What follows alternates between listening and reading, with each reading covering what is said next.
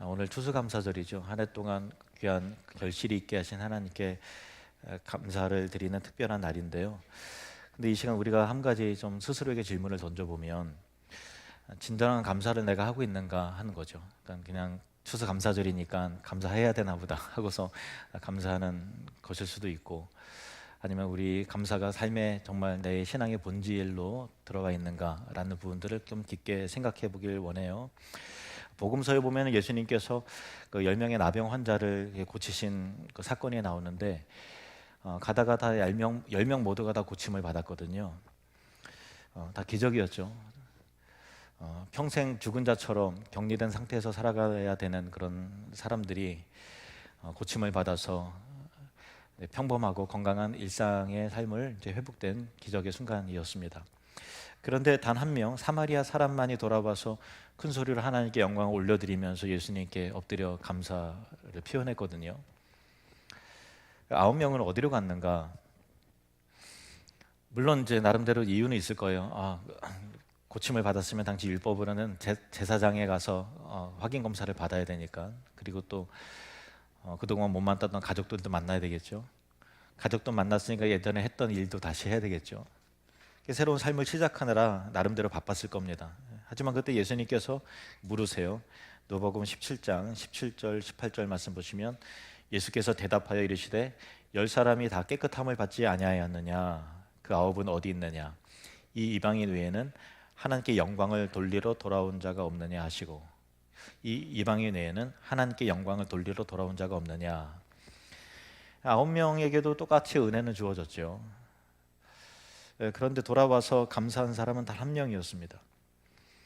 그러니까 우리는 어떨까요? 우리도 때로 9명과 같을 때가 있는 것 같아요. 은혜를 입었는데 일상으로 돌아와서 나름대로 바쁘게 살다 보니까 그 은혜의 감격, 기쁨, 감사 다 잃어버린 거죠.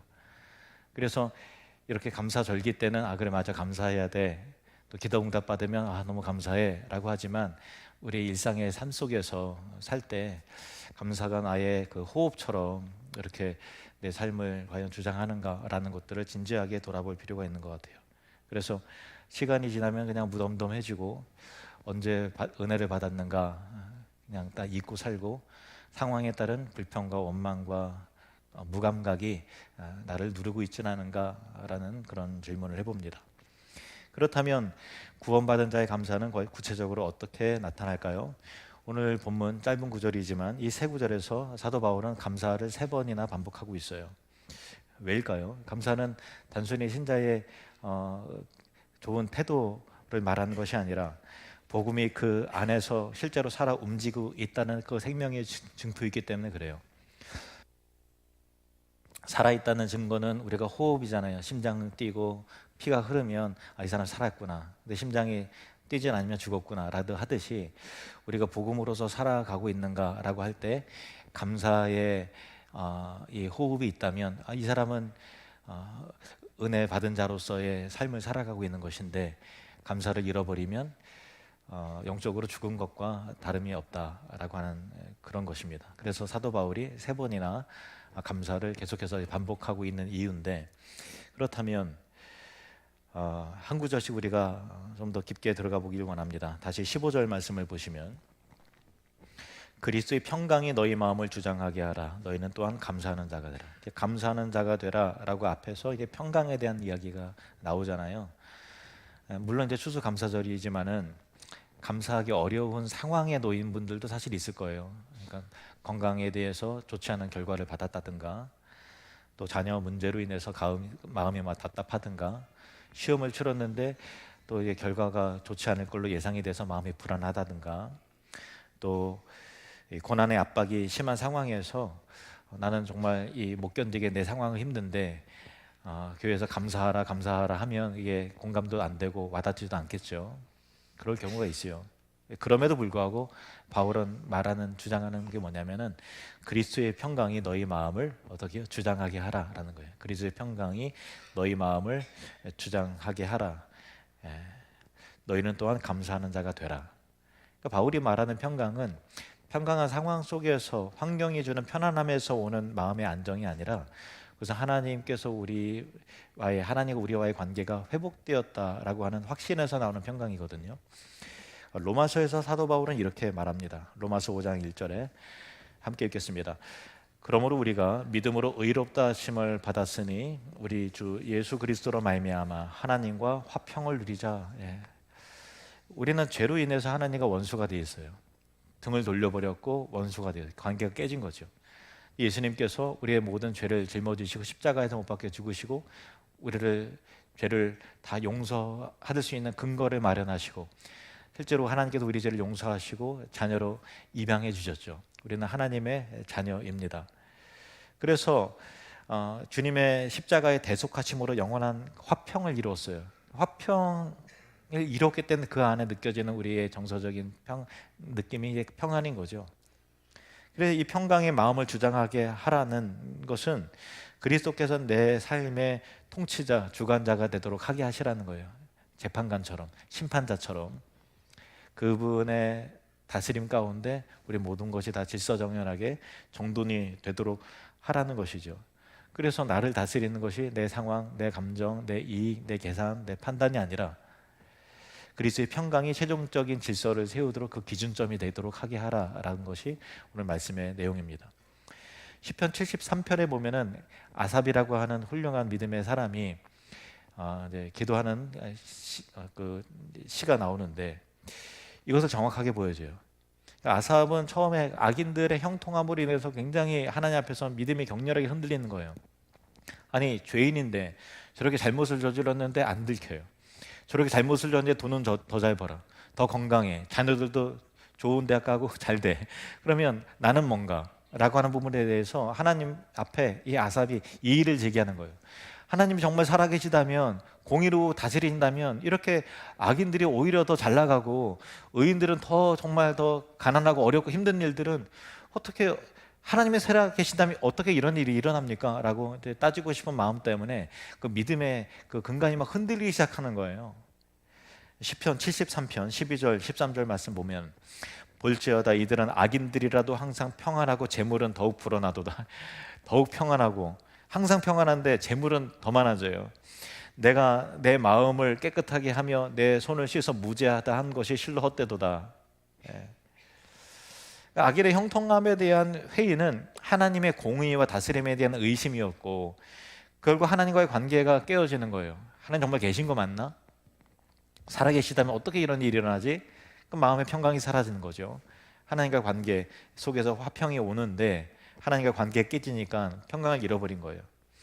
그런데 아삽이 하나님의 성소 곧 예배의 자리로 깊이 나아갔을 때 그들의 악인들의 종말을 깨달은 거예요. 이 땅에서 삶이 전부가 아니라 하나님 앞에서 섰을 때가 진짜구나.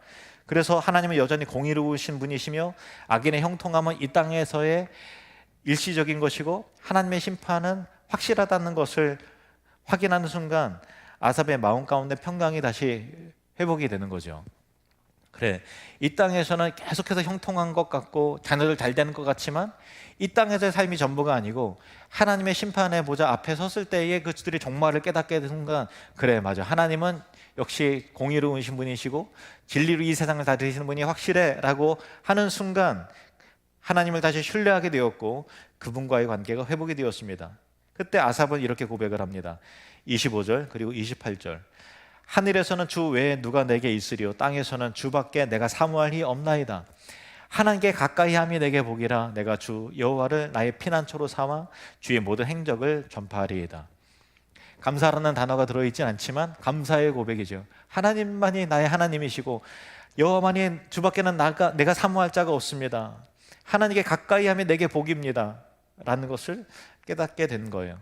물론 악인들은 여전히 형통해요. 황향이 바뀌진 않아요. 의인들은 여전히 어려워요. 그럼에도 불구하고 하나님을 향한 신뢰, 즉 그 평강이 그의 마음을 주장하자 의심과 회의와 불평이 감사와 신뢰와 찬양으로 바뀌게 되었다라는 것입니다. 이것이 시편 73편의 내용이에요. 우리도 마찬가지죠. 상황은 여전히 바뀌지 않고 힘들 수 있죠. 건강이 회복되지 않고 자녀 문제가 해결되지 않고 직장에서는 부당한 처우가 계속이 되고 그러면 속상하죠. 힘들죠. 그러나 예배할 때 하나님께서 다스리는 일들을 신뢰하자 마음의 평강이 내 마음을 주장하게 되는 것이고, 그때 하나님을 신뢰하는 것이 내 감정과 내 계산과 내 생각과 하는 것보다 우선시 될 때 감사는 자연스럽게 흘러나오게 됩니다. 평강 안에서 피어나게 되는 감사, 이것이 복음이 우리 안에서 살아 숨쉬고 있다라고 하는 첫 번째 증거예요. 이 증거의 열매가 여러분의 삶 가운데 있기를 주님으로 축복합니다. 두 번째 16절 말씀 보실까요? 함께 읽겠습니다. 그리스도의 말씀이 너희 속에 풍성히 거하여 모든 지혜로 피차 가르치며 권면하고 시와 찬송과 신령한 노래를 부르며 감사하는 마음으로 하나님을 찬양하고. 이게 말씀이 나오고 모든 지혜가 나오고 감사가 나오죠. 고난 한가운데도 어떻게 감사할 수 있을까요? 상황은 여전히 어둡고 앞날은 보이지 않는데 어떻게 감사할 수 있을까? 바울은 그 답을 말씀에서 찾아요. 그리스도의 말씀이 너희 속에 풍성히 거하여 모든 지혜로 피차 가르치고 권면하고 감사하는 마음으로 하나님을 찬양하라. 말씀이 너희 속에 풍성히 거하다라고 했을 때는 단순히 성경 지식을 많이 채우라는 그런 의미가 아니라요, 말씀이 우리 현실을 바라보는 그 눈 자체를 바꾸는 것을 의미하는 거예요. 말씀이 우리 안에 들어오면은 세상을 바라보는 통찰력이 바뀌죠. 그 지혜의 말씀인 거예요. 세상은 우리에게 말합니다. 고난은 저주야. 너가 잘못된 건 너가 잘못 살아서 그래. 내가 고통을 받는다는 것은 무언가 잘못된다는 증거야. 이렇게 말을 하죠. 이 눈으로 보면 불평과 원망과 이 세상의 부조리와 불합리와 부당함이 계속해서 느껴지는데 어떻게 감사할 수 있겠어요? 그렇잖아요. 부당한 일이 이렇게 많은데, 공의롭지 못한 일이 이렇게 많은데, 나는 이렇게 억울한데, 뭐가 내 인생에 내 의지와 상관없이 꼬여버린 인생인데 어떻게 감사할 수 있겠어요? 원망과 불평이 당연한 결론이 되겠죠. 그렇잖아. 하나님은 전혀 다르게 말씀하시는 거예요. 욥을 한번 볼까요? 이 세상에서, 성경에서 가장 큰 고난을 당한 사람이 바로 욥이잖아요. 하루아침에 모든 걸 다 잃어버렸어요. 재산도, 건강도, 가족도.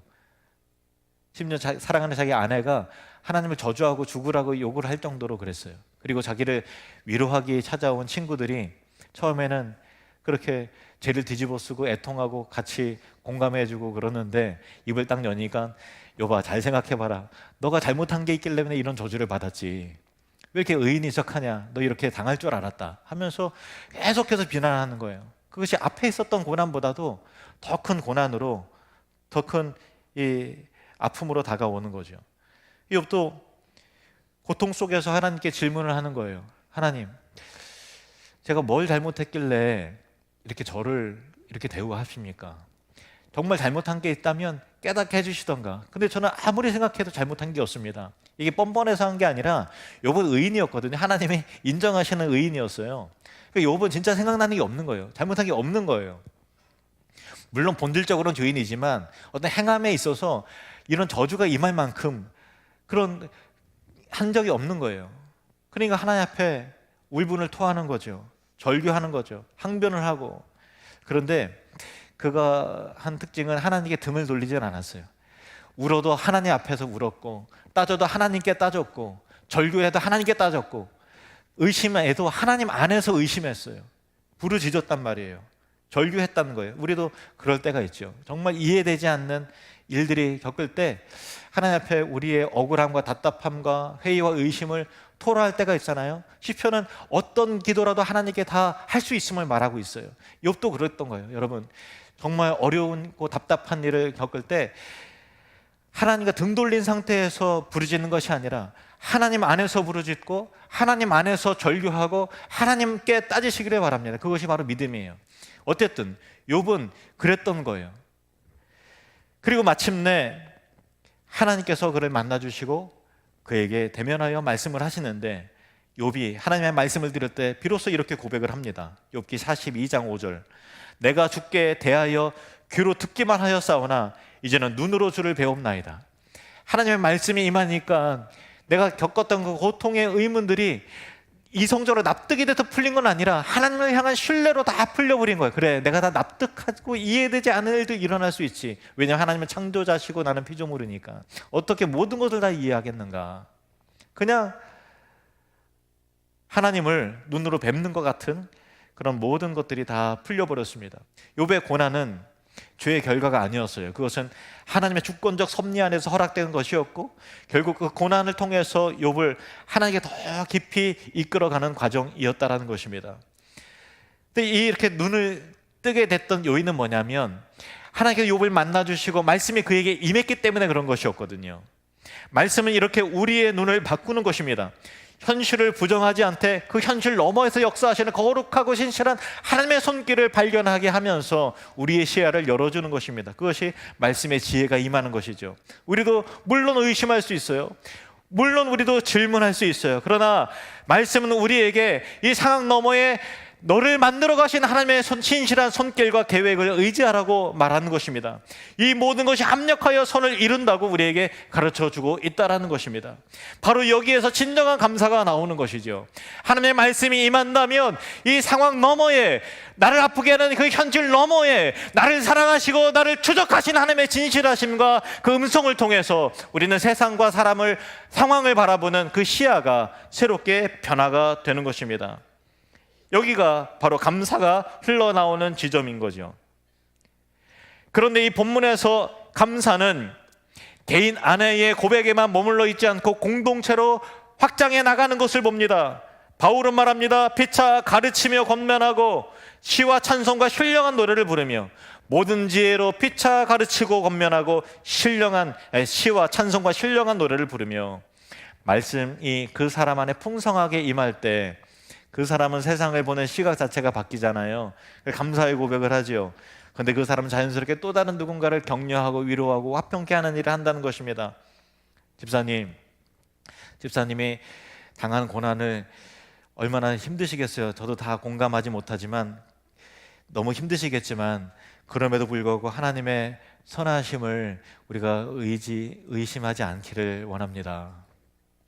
형제님, 너무 낙심하지 마세요. 이 실패가 절대 끝이 아니에요.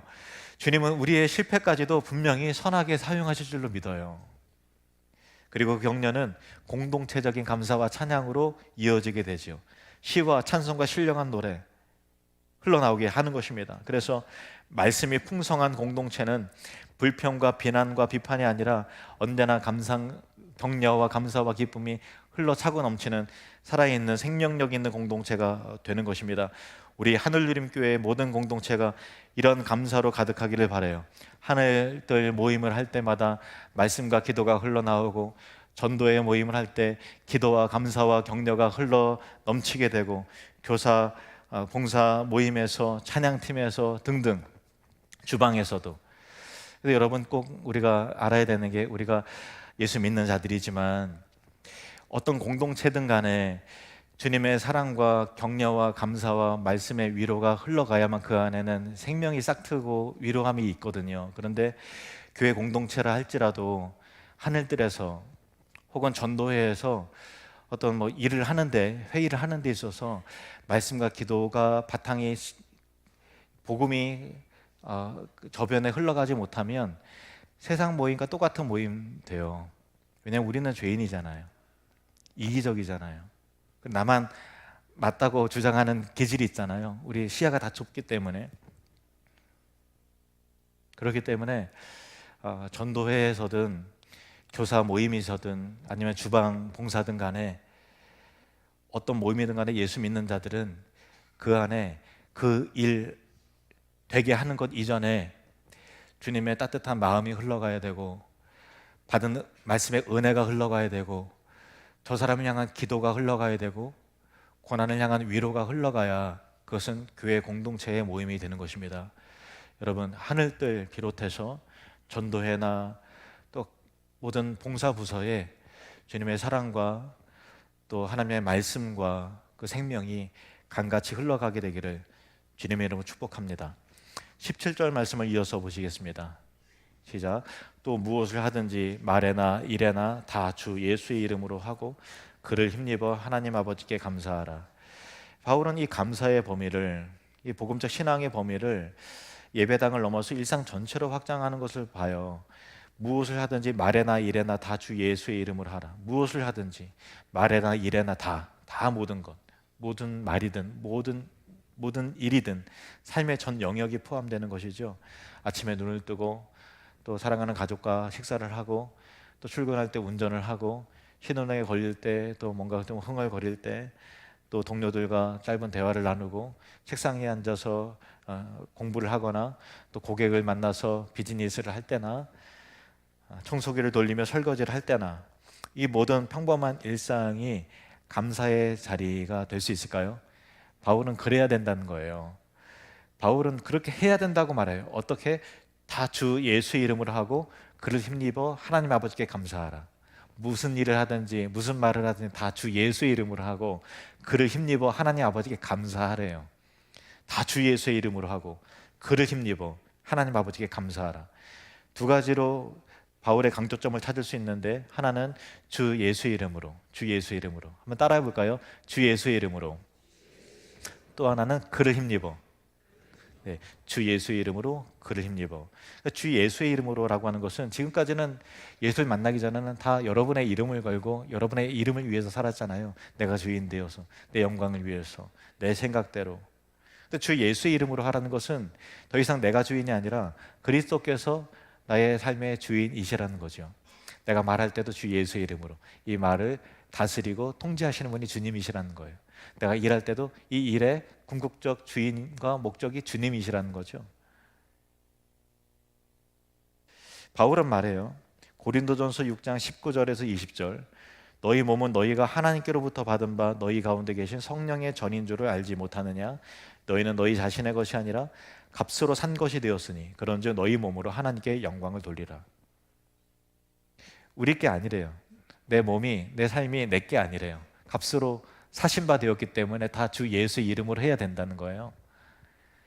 우리 일터에서의, 가정에서의 섬김도, 사소한 사석에서의 대화도 그분의 이름 앞에 해야 된다는 거죠. 그리고 두 번째로 그를 힘입어 라는 말은 능력의 근원에 대한 부분이거든요. 우리가 무엇을 이루든지 내 힘으로 한 것 같지만 실상은 그 힘의 근원마저 내 게 아니라는 거예요. 내 아이디어와 내 지혜와 내 계획으로 내 노력을 한 것 같지만 그것마저도 하나님께 주신 거라는 거죠. 그래서 바울은 고백하는 거예요. 내가 약한 그때 곧 강함이라. 약한데 그 일을 하시는 하나님의 강함이 항상 임한다는 거죠. 그의 모든 사역은 자신의 능력이 아니라 그리스도의 능력을 힘입은 거였어요. 그렇다면 우리가 이 두 가지 고백, 즉 소유권과 능력의 근원이 모두 그리스도께 있다라고 하는 인정은 우리를 어디로 이끌어갈까요? 능력은 하나님께로부터 말미암고 내 삶의 주인도 주님의 것이라면은 감사로 이끄는 거죠. 내가 주인이 아니고 내 힘으로 이룬 것도 아니라면은 내게 있는 모든 것은 무엇입니까? 거저 받은 거예요. 은혜죠. 그래서 우리는 매일 아침 출근하면서 이렇게 기도할 수 있어요. 주님, 오늘도 새 날을 주셔서 감사합니다. 일할 수 있게 하심에 감사합니다. 제 일이 아니라 주님의 일이 되게 해주십시오. 학생들은 이렇게 기도할 수 있을 거예요.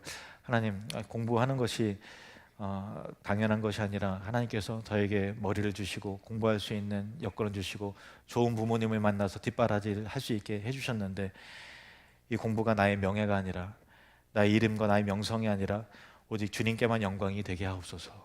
하나님 감사합니다.